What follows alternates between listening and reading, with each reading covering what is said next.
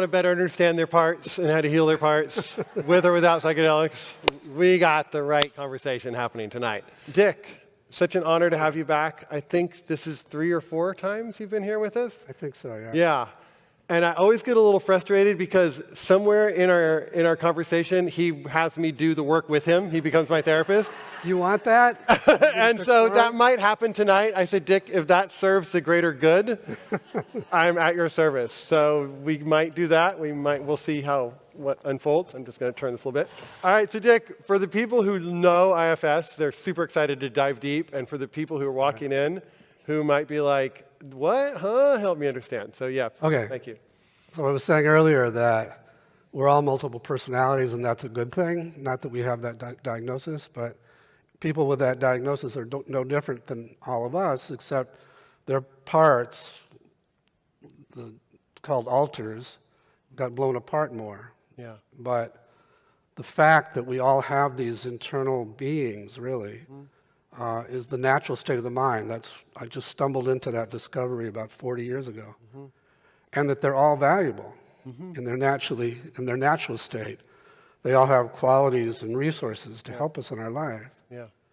But trauma, which is a big theme last day and a half, and attachment injuries, which is bad parenting, and all the slings and arrows we suffer, take them out of their naturally valuable states and force them into roles that can be damaging, but they think are really necessary, either to protect us or some of them we just lock away. And so it's very similar to, this is why it's called internal family systems, very similar to the external families that I was studying, because I have a PhD in family therapy, and how kids in the family would be forced out of their naturally valuable, into these roles that were protective of the family or protective of themselves, but it wasn't who they were. So that's the metaphor for parts. Yeah. And some of them are very young and the more sensitive parts of us, inner children. Yeah. And before they get hurt, they bring us all kinds of awe at the world and curiosity and openness and creativity and playfulness. But again, they're the most sensitive parts of us, so they get hurt the most by the abandonments and the rejections and so on and the abuse. And they are the ones that take on these extreme beliefs and emotions from those experiences that I call burdens. Yeah. So now they were really happy in their children. Now they carry the burden of worthlessness or terror or emotional pain. Yeah. And now we don't want anything to do with them because they can overwhelm us with those feelings. Yeah. You know, you and V were talking about opening that door and how scary it is. Yeah. So we tend to take those parts and lock them away in inner basements or abysses and lock that door as best we can, thinking we're just moving on from the memories of the trauma or the emotions of the trauma, not realizing that in doing that we're isolating and moving on from our most precious qualities simply because they got hurt. Yeah. So for these parts, it's insult to injury. Yeah. The injury was the trauma, and the insult is we abandon them Yeah. and try our best to stay away from them. And so we call those the exiles. Yeah. And when you have a lot of exiles, you feel more vulnerable. You know, we just did a piece with a vulnerable part that Elizabeth did. You feel more delicate, and the world seems more dangerous because so many things could trigger, and then the door flings open, and these flames of raw emotion threaten to overwhelm you. So other parts are forced out of their naturally valuable states to become protectors. And some of them will protect you by managing your life so that nothing similar ever happens again. Yeah. So some of them might try to keep people away, never let them get close enough to hurt you like that again, or they might try to make you look perfect so you never get rejected, or perform at this really high level, which I'm sure many people here have that one, I have that one, to counter the worthlessness. Right. And some of them become these inner critics because they're yelling at you to just try and get you to do better, look better, or they're yelling at you to try and keep you small. Yeah. and not take any risks and just stay low. But they're all just trying their best to keep you safe, and they're all carrying these burdens, these extreme beliefs and emotions, and they're all frozen in time during the time of the trauma. Yeah. And so most of psychotherapy misinterprets all that as symptoms and problems and doesn't realize that they're all good. They just need to be helped out of where they're frozen in time and helped to unburden, and they'll transform immediately into their naturally valuable states, which, this took 40 years to develop, but it's quite amazing. The other thing that I stumbled onto also when I was trying to get these parts to get along with each other, because I'm a family therapist, once I got hip to the fact they're valuable and they deserve to be listened to, like maybe I'm having you talk to your critic, Soren, and I'm trying to get you to listen to it rather than fight with it, and suddenly you're furious at the critic. Yeah. It reminded me of family sessions where I'm having two family members talk to each other, and a third one jumps in and is taking the conversation south. And in family therapy, we would ask that third member to step out and improve the boundary. Yeah. And so I started doing that with clients, because they're furious with the critic. Yeah. And I'd say, could you find the one that hates the critic, and could you just ask it to relax back a little bit, step out a little bit? And to my amazement, clients could do that. And when they did, it was like a different person showed up. Wow. Not only wasn't hating it, but also suddenly out of the blue had compassion for this part, this critic, or at least curious about it and confident relative to it. Right. And then when I would do that with other clients, it was like the same person would pop out with those same C-word qualities and 5 others. And that blew my mind, because I'd been trained, like many of you are therapists, in attachment theory. Attachment theory, basically, I love most aspects of it, but they got one big thing wrong, which is to have any of those qualities, you had to have gotten it from another person. So it's not inherent in us, and we didn't get it from a parent, you got to get it from a therapist, or from your spouse, or some other person. And I was finding it in clients that had not only not good enough parenting, but had been tortured on a daily basis. Wow. And when we just got certain parts to open space, the same self popped out that popped out in people who had decent childhoods. Wow. So I couldn't square that observation with traditional psychology. It wasn't until people steered me toward spirituality that I could see that virtually every spiritual tradition has a word for this, and almost no psychotherapies do. Wow. And so Buddha nature or Atman or so on and so on. Consciousness, yeah. And so when I would ask people, when I'd ask you, Soren, what part of you is that? You'd say some version, that's not a part like these others, that's me. Yeah. That's myself. So I came to call that the self with a capital S. Yeah. And that's really the big deal about IFS. Not only, like I said, many spiritual traditions know about it, but they don't know necessarily that you can access it so quickly simply by getting these parts to open space. So it's in there, can't be damaged, and knows how to heal, and is just beneath the surface of these parts, such that when they open space, it pops out spontaneously. Yeah. That's beautiful. Thank you. Beautiful, beautiful description. You're getting good. You're getting good. And, I noticed. So, for example, if I'm trying not to do therapy tonight, but if I notice myself, there's a part of me sometimes that wants to do a really good job and make everybody happy, and that's a different quality of interview that I have versus if I'm in myself and I don't really have an agenda and I'm going off of what I'm feeling is curious. Exactly. But if all of a sudden this part comes up that is Soren, all these people came, some people traveled from freaking Europe, this better go good.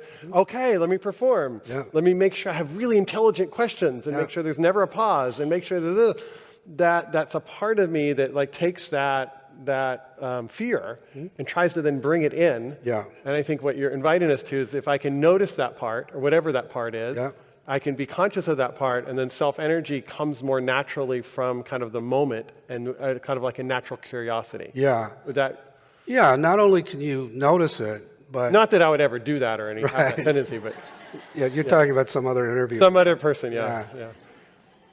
You don't just notice it though. Okay. In IFS, you would notice it, and then you would comfort it, and you would maybe even in your inner world embrace it, and let it know, I get, you really want this to be perfect. Yeah. And I really want to be loved by all I want to these be people. loved, desperate to be loved. But right now, just let me handle today. Yeah. Let me I can do it, and I'll talk to you later. Yeah. And now, after years of practice, I can feel that literal energy shifting out of my body. Wow.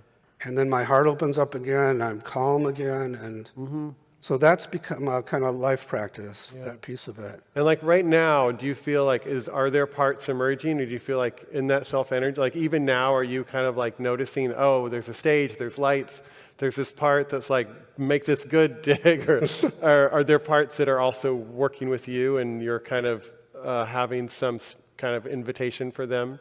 I'm very happy that because they'd been around all after, and this is a long time to wait to present. And I had to watch so many fabulous presentations, so the bar feels really high. So I had these anxious parts that were hanging around all day. And I, would try to work with them, but I couldn't be sure they would give me a break. And I walked out here, and I'm really feeling a lot of what we call self-energy, this vibrating energy that's running through my body. And just loving being with you. 'Cause, I always loved being with you. Yeah. So that's why I always found that there's a magic I love preparation, and I love getting prepared and all those pieces. And then I also feel like there is something about a moment, and that it can be guided by something kind of bigger than my plan, and that usually something better can happen. But I noticed that, in myself, there's these in myself, there's these different parts. And I was wondering if you could say a little bit of like communication, because I also know there's a lot of therapists out here today who are coming. Yeah. And I was talking to a friend backstage who was saying, well, the therapist sometimes is a part. Like they're actually being a therapist. Right. They're not actually in self. They're doing what they think a therapist should do, instead of being in a more expansive space. Right. And I'm wondering if you could talk a little bit about like, how does somebody know, am I just playing a part as a therapist, or am I actually connected to a deeper intelligence or to a self-energy, and what the difference between those are? I'm just noticing how open is my heart.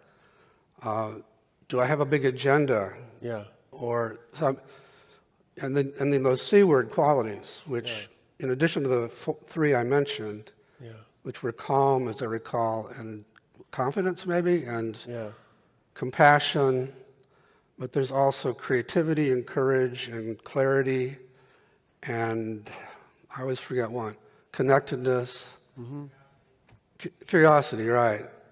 So I'm checking how much am I embodying those qualities before I do anything now? Yeah.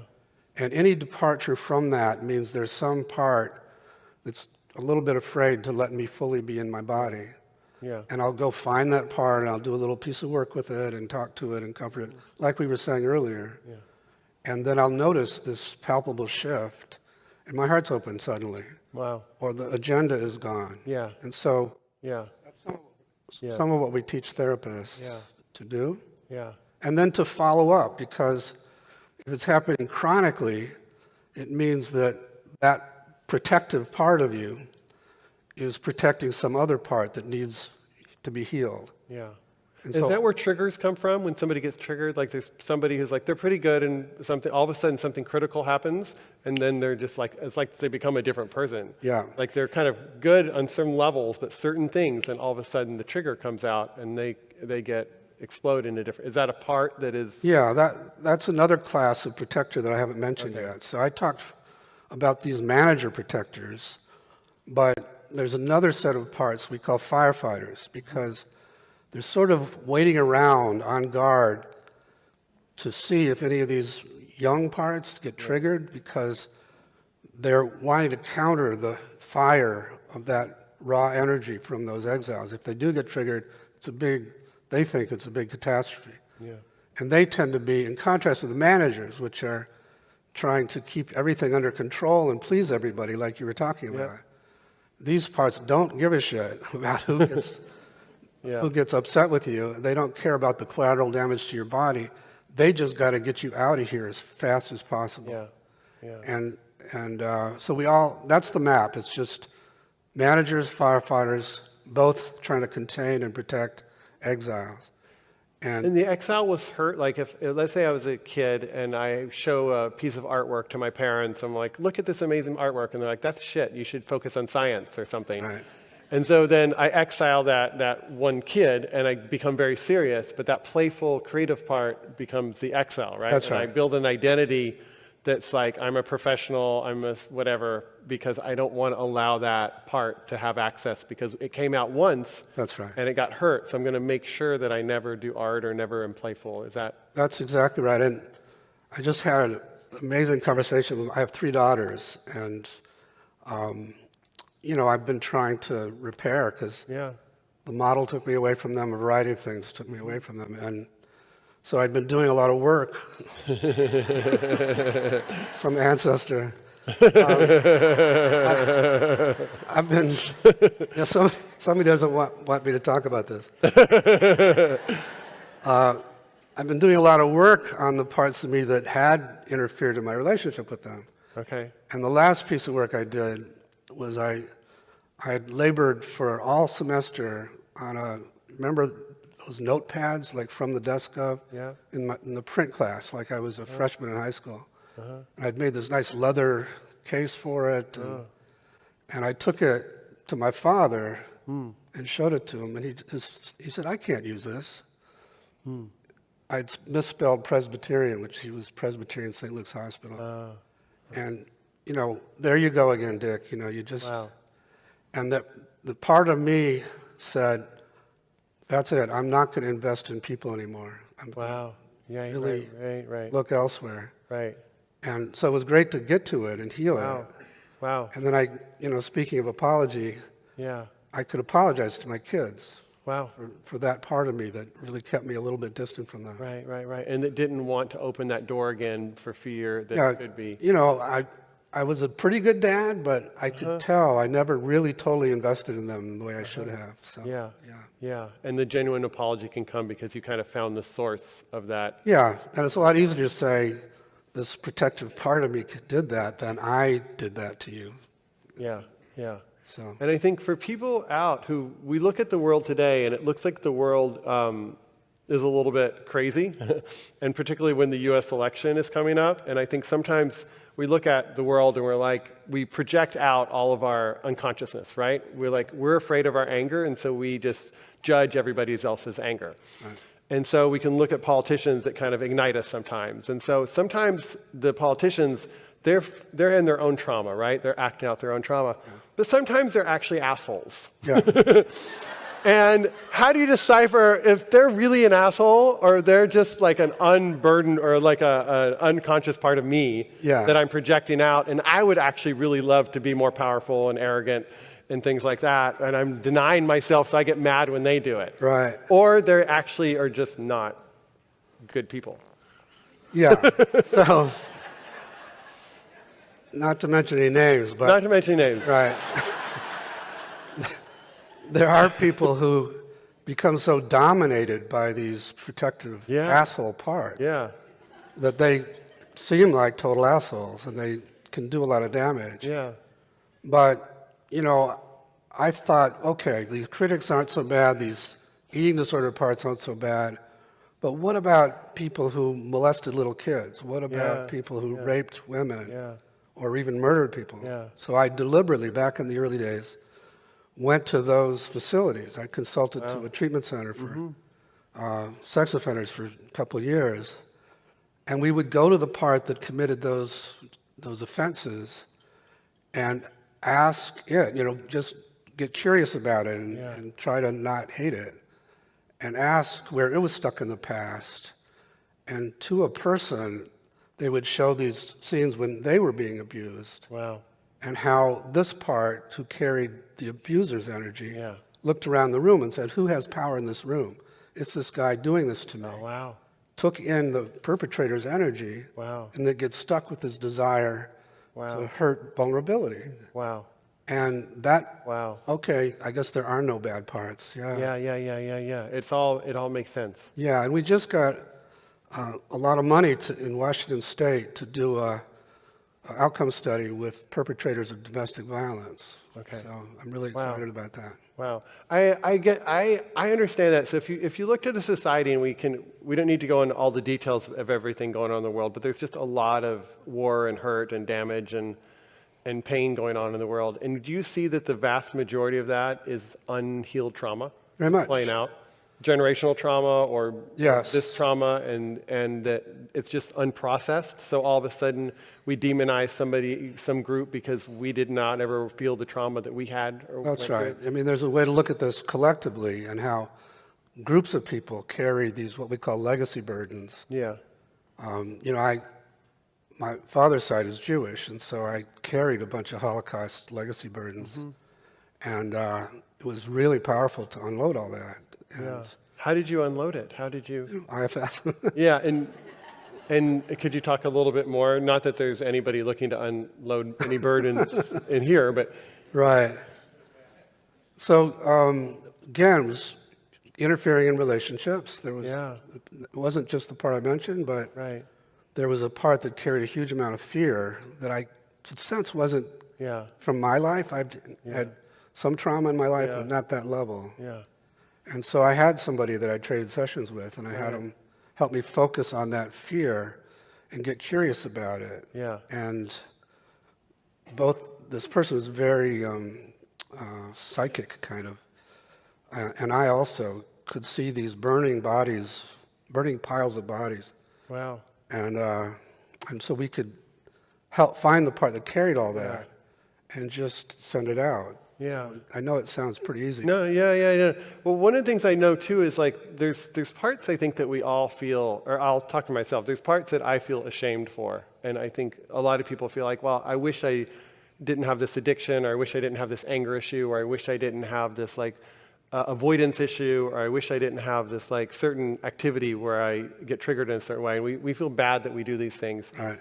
And it seems like in IFS, you, rather than feeling ashamed that those things exist, you turn towards them. That's right. You get curious and you thank them, That's which right. is totally opposite Yes. of anything anybody would ever think. That's right. Could you talk a little bit about that shift from being you're thanking your addiction Yeah. and like, what the heck is that about? Yeah. And we just finished a training at a place called High Watch, which is the first 12-step based, what do you call it, treatment center.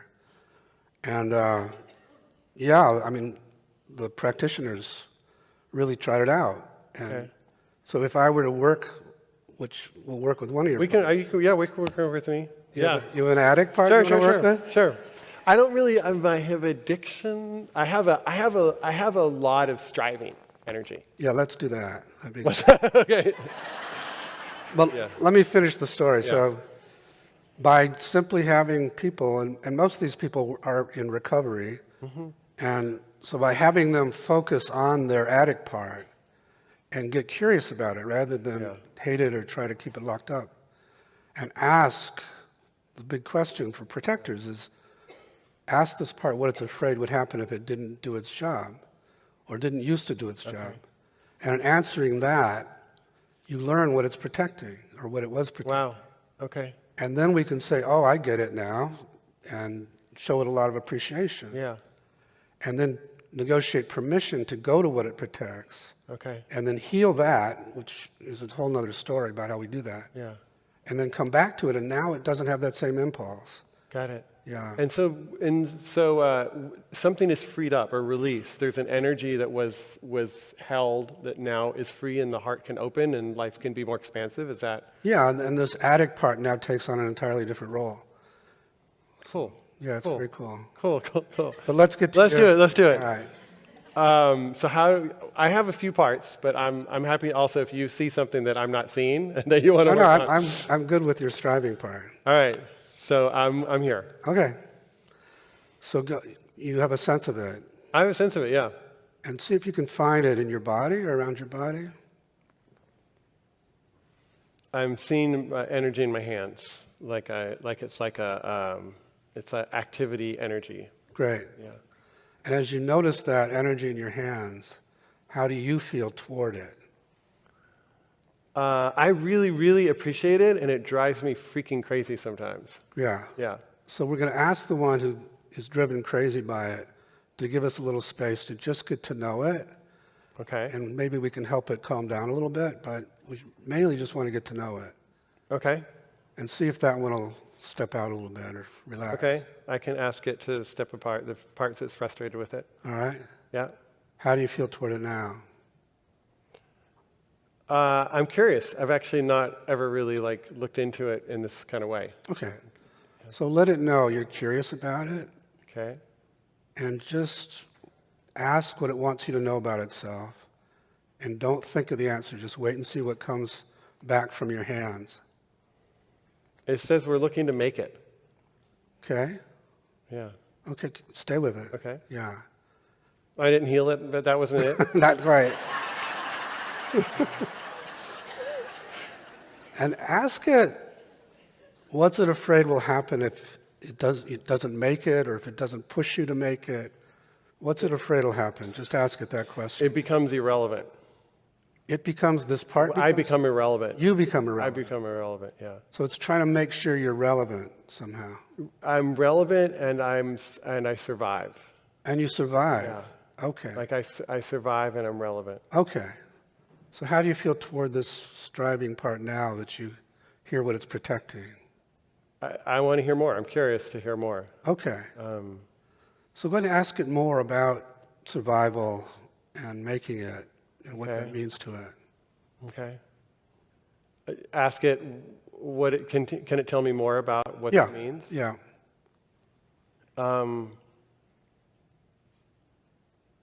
It says this part's like we have to prove our worth, Yeah. and we have to do something that would be Extraordinary. commendable to other people. Yeah, that would be beyond the usual life. Got it. We have to do something that's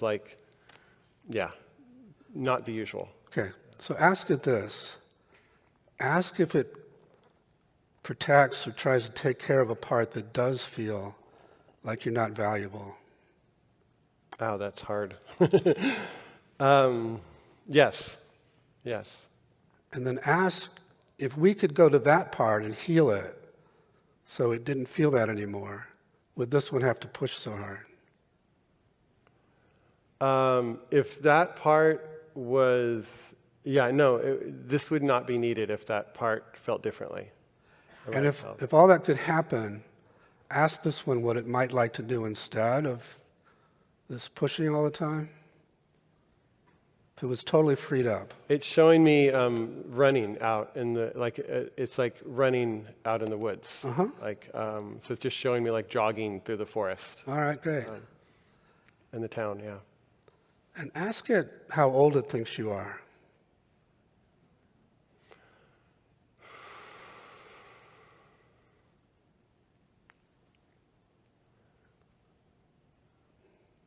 Yeah, I'm getting different. There's let me go back into it. The first number was 21, and then I was like, hold it, I think I'm younger than that, but that was what first showed up in Yeah, my don't mind. think. Just wait and see what that's comes. what first showed up. 21. Yeah. Okay. So let it know you're a bit older than 21, and maybe when you were 21, it needed to do this for you. Mm-hmm. But you don't need that quite as much now, and see how it reacts.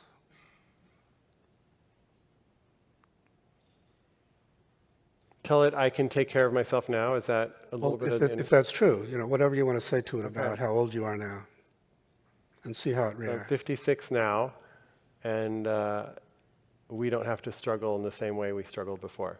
We got that. And how does it react to that?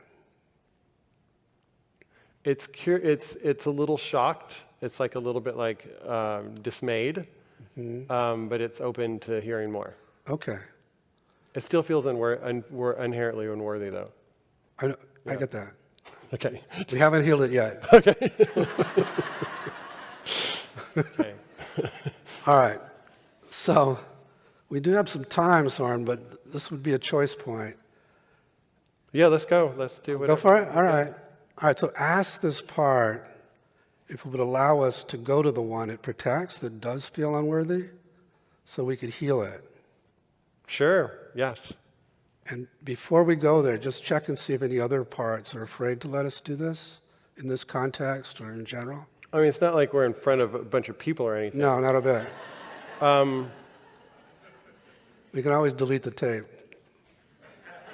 Yeah, it's open. It's kind of a raw place in me. But Where in your body or around your body? when I get the visual, it's like in my gut Okay. and left of my stomach. And how do you feel toward that part that feels so unworthy as you notice it there?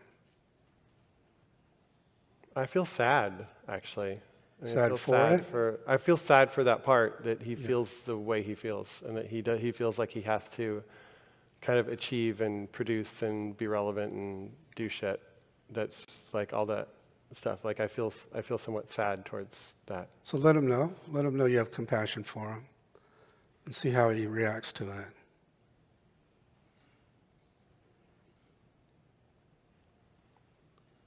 He appreciates that, and he also says, and it's a scary world. Yeah. It's a really scary world. Yeah. Okay. Yeah. Let him know you get that. His world is really scary. Mm-hmm. But ask if he trusts that you care about him right now. Yeah, he does. Okay. All right, then ask him to show you why his world is so scary. And you don't have to share what you get from him about it with us, but just ask him to really let you get how bad things were back then. He just says things can be taken away at any time. Okay. Like the world changes in an instant, and you can not have any money, or you can not have physical health. You can, like, things can just be taken away. Yeah. And you can't control. Things can be kind of taken from me at any time. Okay. And is he showing you why he believes that? See where he's stuck in the past with that belief. I mean, there's some memories which I've been somewhat aware of when I was, in my early 20s, where I lived for about 4 years without paying rent, and I, traveled around and slept in tents and slept on cardboard and ate out of dumpsters when I was doing walks and stuff. And there was like a survival energy that I had. That's right. Where I didn't have a lot of resources, and I was, part of me was enjoying it, but part of me was also like kind of at a very survival lifestyle. Yeah, so that's the part we're with right now. Yeah, and he doesn't want to be in that space again. Yeah, so tell him we're going to get him out of there.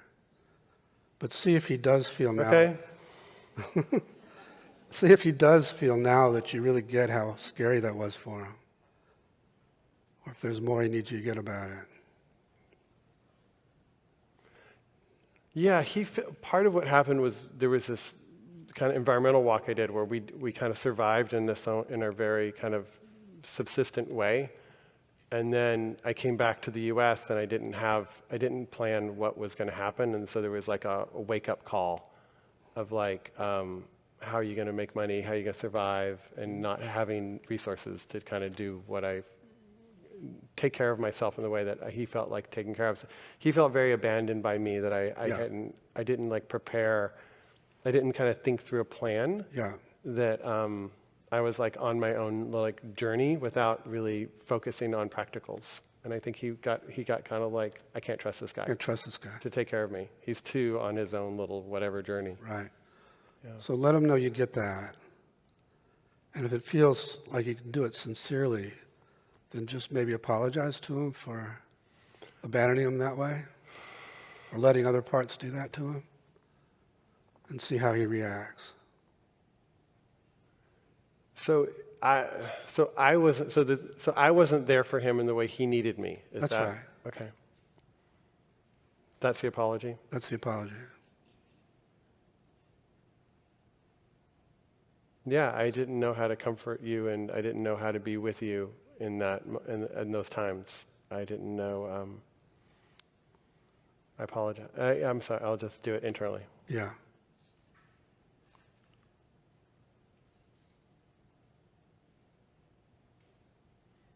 Okay, I can authentically apologize for not tending to that safety needs that he That's had. right. Yeah, How's he reacting? he appreciates that. Okay. He appreciates that. All right, Soren, so what I'd like you to do now is go into that time period and be with him in the way he needed somebody or the way he wanted you to be with him. Wow. Okay. And just tell me when you're there with him. I'm not exactly sure how I'm going to do that, but so I'm back in a moment. There's a visual I have in a moment of like I was not sure where I was going to sleep or what I was going to do, and I remember that experience of like, oh shit, I didn't prepare for this. I didn't plan for this. I should have kind of had a plan. And there was a part of him that's like, kind of took control, or I don't know. There was an injury in that moment. Yeah. And so I can be back in that experience with him, and this feeling of like, shit, we don't have a place to go. Yeah. So you are back there with him? Yeah. There's an image of me. There's an image that's appearing in my mind of that moment. Yeah. So can you be with that young man? You, Soren, now. Now, okay. Can you be there with him in the way he needed somebody?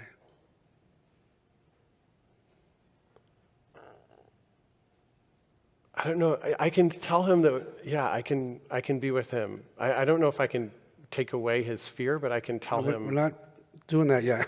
Okay. Just be with him. Just I can be with him. I be can with do him that. in that, Yeah, loving we're way. there. I'm there with him in that moment. And how's he reacting to your being with him? He appreciates that there's somebody with him. Yeah. Yeah. I'm not saying anything, but I'm there with him. Yeah. So, Yeah. And I'm telling him I see that it's really, really hard, and he wishes that there was a better plan. yeah. And he wishes things would have been kind of like basic needs would have been thought through. Yeah. Great. Yeah. And see if there is anything he needs you to do with him or for him back there before we take him to a good place. Or if he's just ready to leave with you.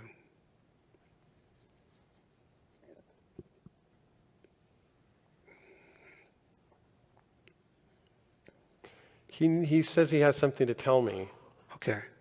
and it's weird. I'm trying to get his phrase right. He says, I can't quite get it right. He says something about, I'm going to say it and it's not quite right, but it might take me a few. He says you have to understand that what you perceive as weakness is your strength. That's great. And what you perceive as your failure is your success. And what you perceive as, that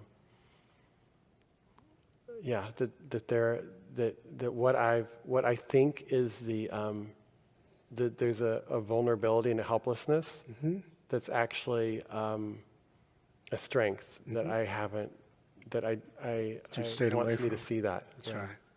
And what do you say to him about that? I say thank you.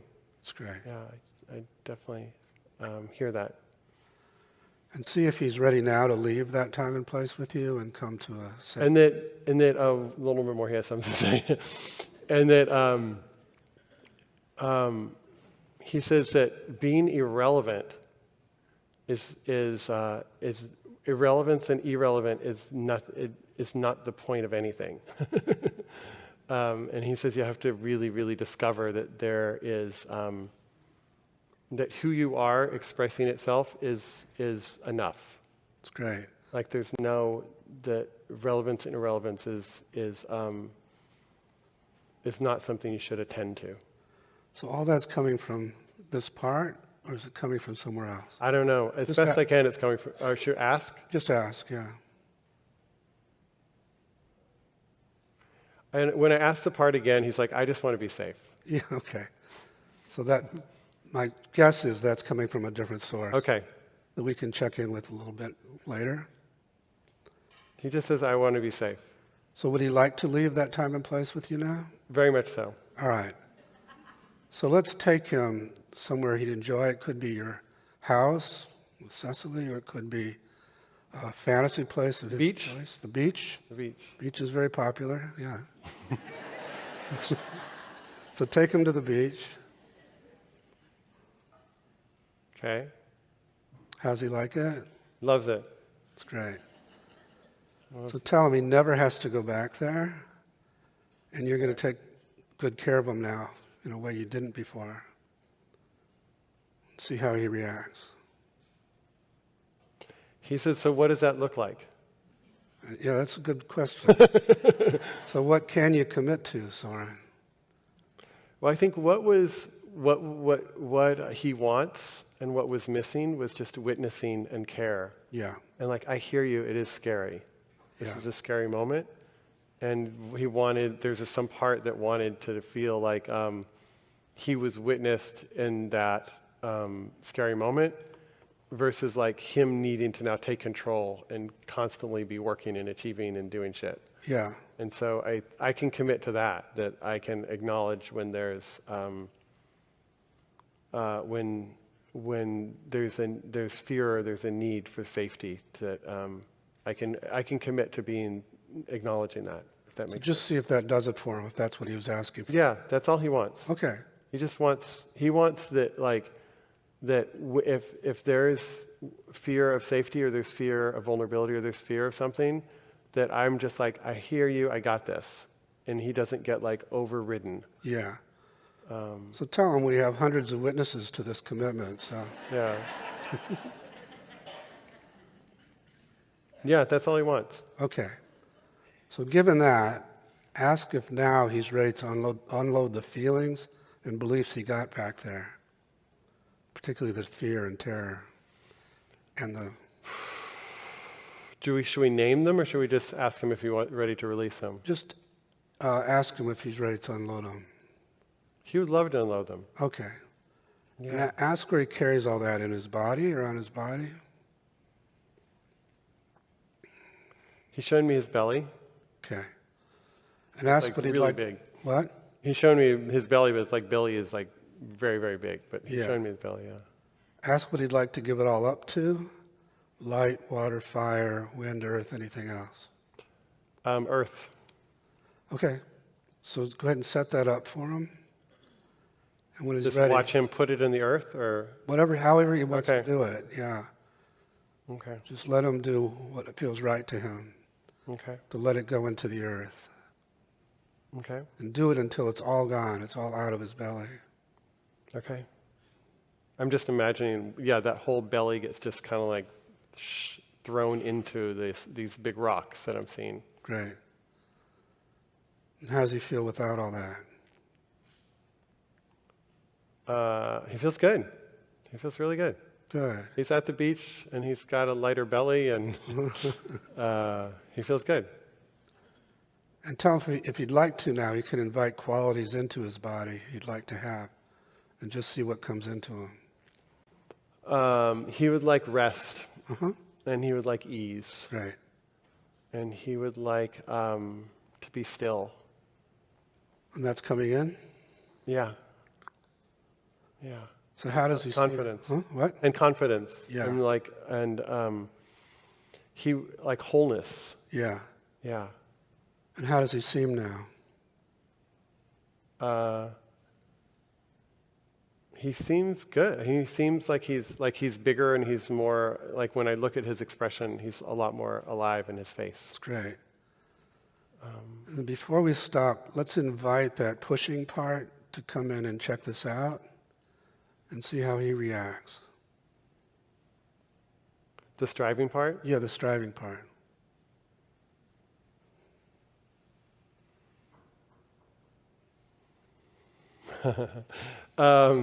So the striving part spent all of his time, it feels like trying to protect and take care of this other part, and then once the game is a different game, he's a little bit not sure what to do. Yeah. So again, remember we asked him what he'd like to do, and I think it was running or... Yeah. So is that still something Yeah, he's up for now? yeah. So tell him he's free to do that if he wants. Sounds great. Okay. And does he need commitments from you too, or is he going to just do it? He can just do it. All right. Yeah, he can great. just do it. He likes activity. It was the constant activity that was hard. Yeah. Yeah. So, and one last thing before we stop. Mm-hmm. So there was a point where you were getting all this really good advice somewhere Mm-hmm. about irrelevance and things like that. Do you remember that? Yeah.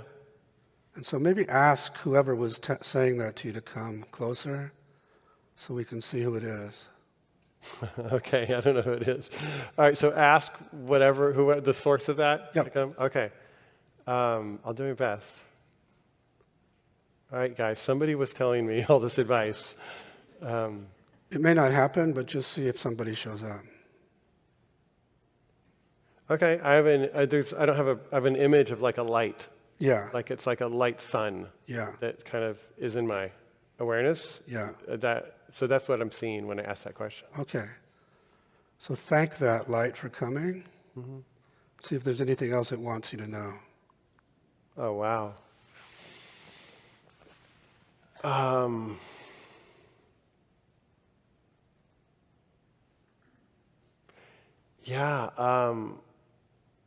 It wants me to know wholeness, and that wholeness never, how does he say it? Wholeness either exists now or it never exists, or it's never possible. It's either here now or it's never possible. Mm-hmm. Like there's no activity that can make me whole. Is kind of its main point. And does that make sense to you? It makes sense to me. Yeah. So let it know. Thank it for that. Yeah. And ask it if it's a part or if it's something else. It feels very sunny. So I don't know what that, but I hear what you're saying. So a part would be like it's a protecting something, and an essence would Not be more, necessarily. It could be no, an okay. unburdened part, but usually if you ask these things, they'll tell you. So are you a part or are you something else? Is the question. Yeah. He's like, I'm. He says, the part or whatever says, much bigger than a fucking part, he said. So I guess That's only the kind of took it as an insult there. I know. Sorry. That's only the second time I've ever heard one of these guides swear. A bigger fucking. Yeah. One swore at me one time. Yeah. So let them know we're We got sorry. you. We got you. Yeah, we're sorry that we insulted him, but Yeah, I didn't mean to insult you. it's good to have him here. Yeah. All right, does that feel complete? Yeah. Soren? Yeah. Yeah, let's hear it for Soren. Yeah.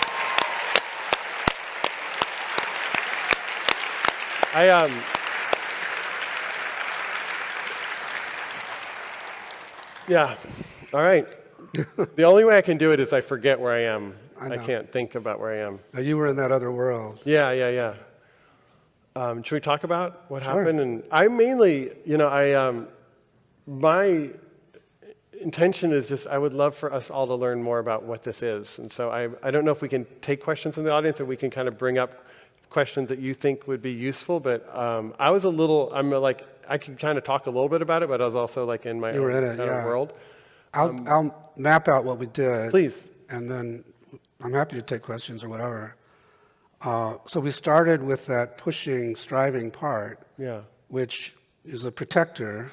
Yeah. And so I had you just get to know it and get the parts that didn't like it to give us space to appreciate how hard it works to keep you safe, and ask that magic question of what's it afraid would happen if it didn't do this job? Right. Which you can do on your own. If you want to go to a protector of yours, just ask that question, and then you'll learn what it's protecting. Okay. And then we appreciated it for that and gave it some hope of a new role if it let us heal what it protects, Got it. and then asked for permission to go to what it protected, Yeah. which was that young Yeah. man Yeah. who, it was funny, when you were describing it initially, you were really minimizing this. It felt to me how much terror there was in that time for you. Yeah. Yeah. So he was really stuck in a scary place. Yeah. And so I had you really witness that. And then part of the healing of these exiles, that was an exile, is to first, connect with it, form a trusting relationship with him, apologize to him for abandoning him, which, he took the apology well, and then ask for him to show you what happened and how bad it was. Yeah. And to witness that. To witness what happened where he's stuck in the past. Yeah. And I had you do that until he felt completely witnessed. Got it. And then I had you go in and do what we call a retrieval.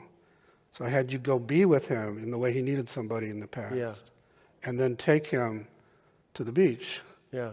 And then once he trusted you were going to follow up, and he had his conditions for that. Yeah.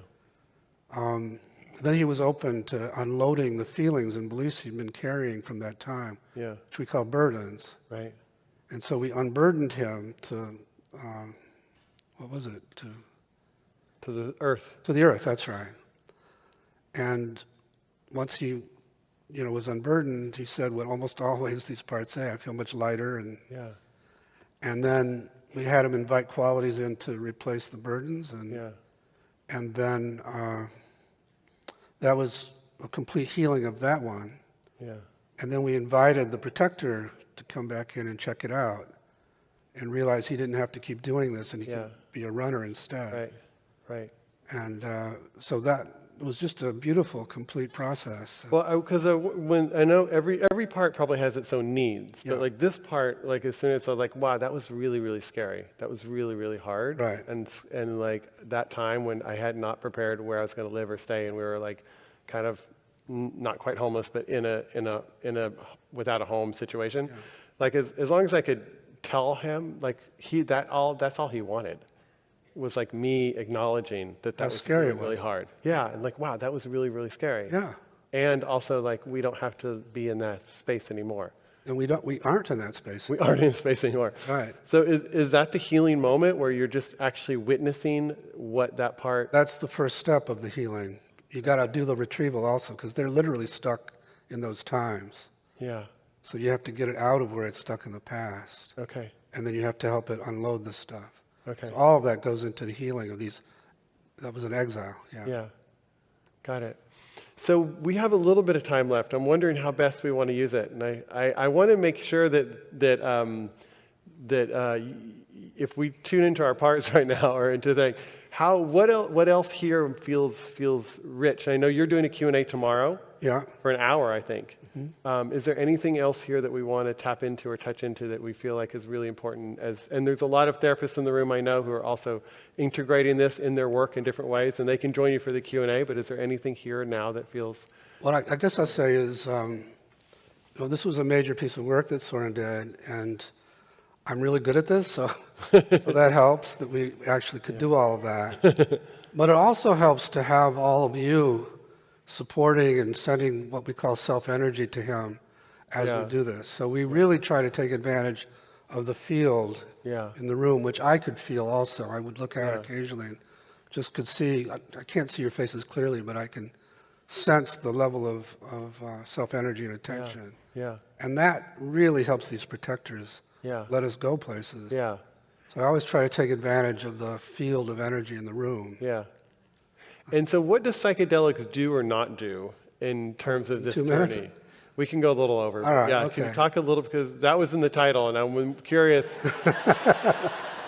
I'm curious, all the legal psychedelics that we can do, what's your experience in that? Yeah, so I've run maybe 6 now, ketamine and IFS, because it is the one legal one, retreats. And, when I first considered it, I thought, we do pretty well without medicine, so I'm not sure I need this. But, Michael Mithofer? Did you know Michael and Annie? No. So they were some of MAPS primary researchers who are also IFS therapists. Oh, wow.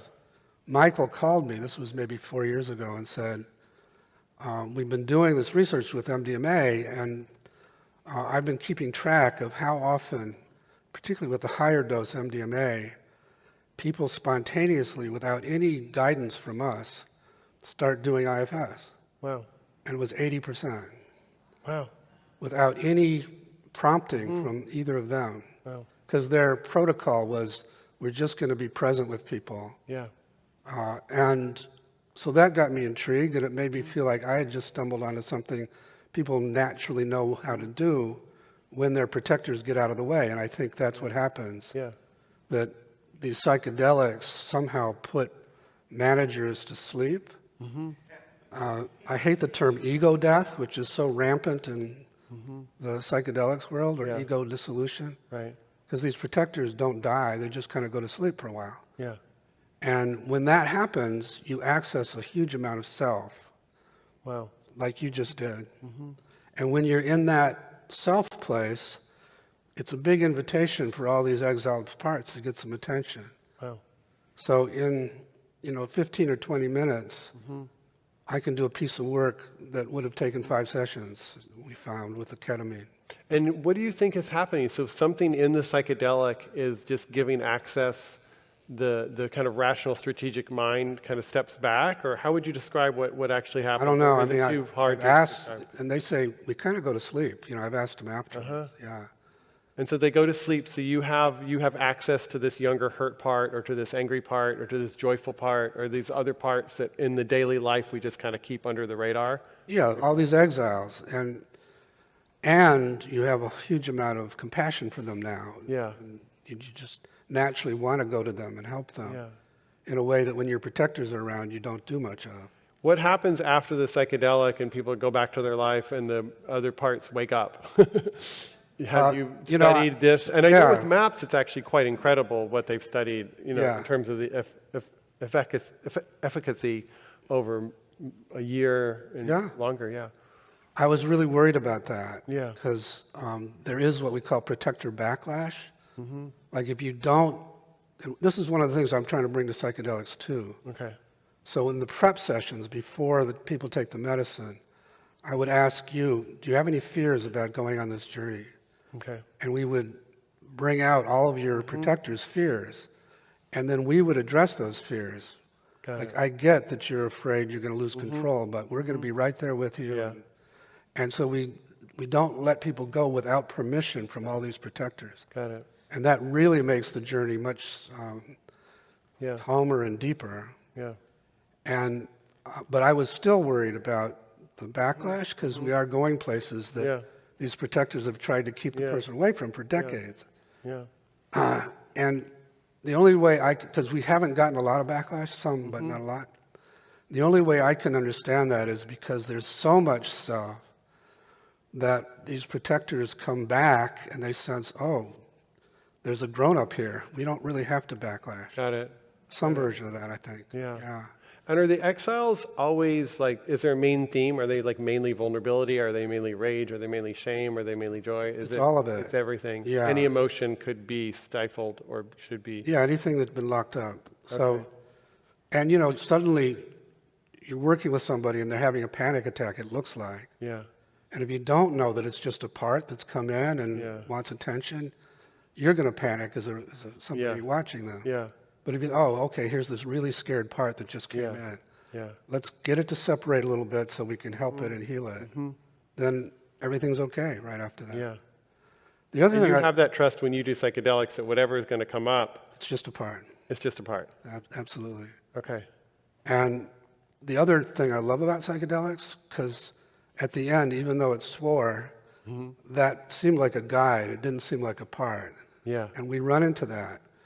So it turns out, and I'm much more out of the closet about all this now, that we all have these guides that are hanging around trying to help us in our lives, have a lot of important information for us, but can't get through to us because of these protectors and their burdens.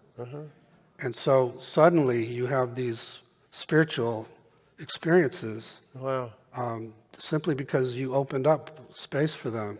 Wow. and they're really happy. You don't have to pray for them to come. They're dying to be here to help us. Wow. Yeah. And they guide you in your work. And they would you say? well, yeah, I mean, they've made it clear to me.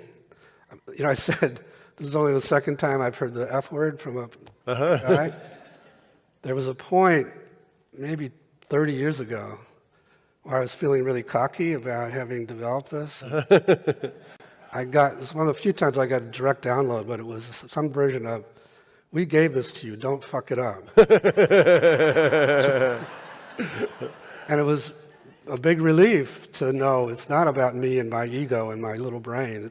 I'm really bringing something from somewhere else. And on the topic of psychedelic, any suggestion, concern, if somebody's doing it, like there are ways it goes kind of not healthy or not helpful, any kind of comments or concerns about that seems to be kind of growing in our society, in certain parts of our society, and any concerns you just want to name that of ways that might not always be the most healing?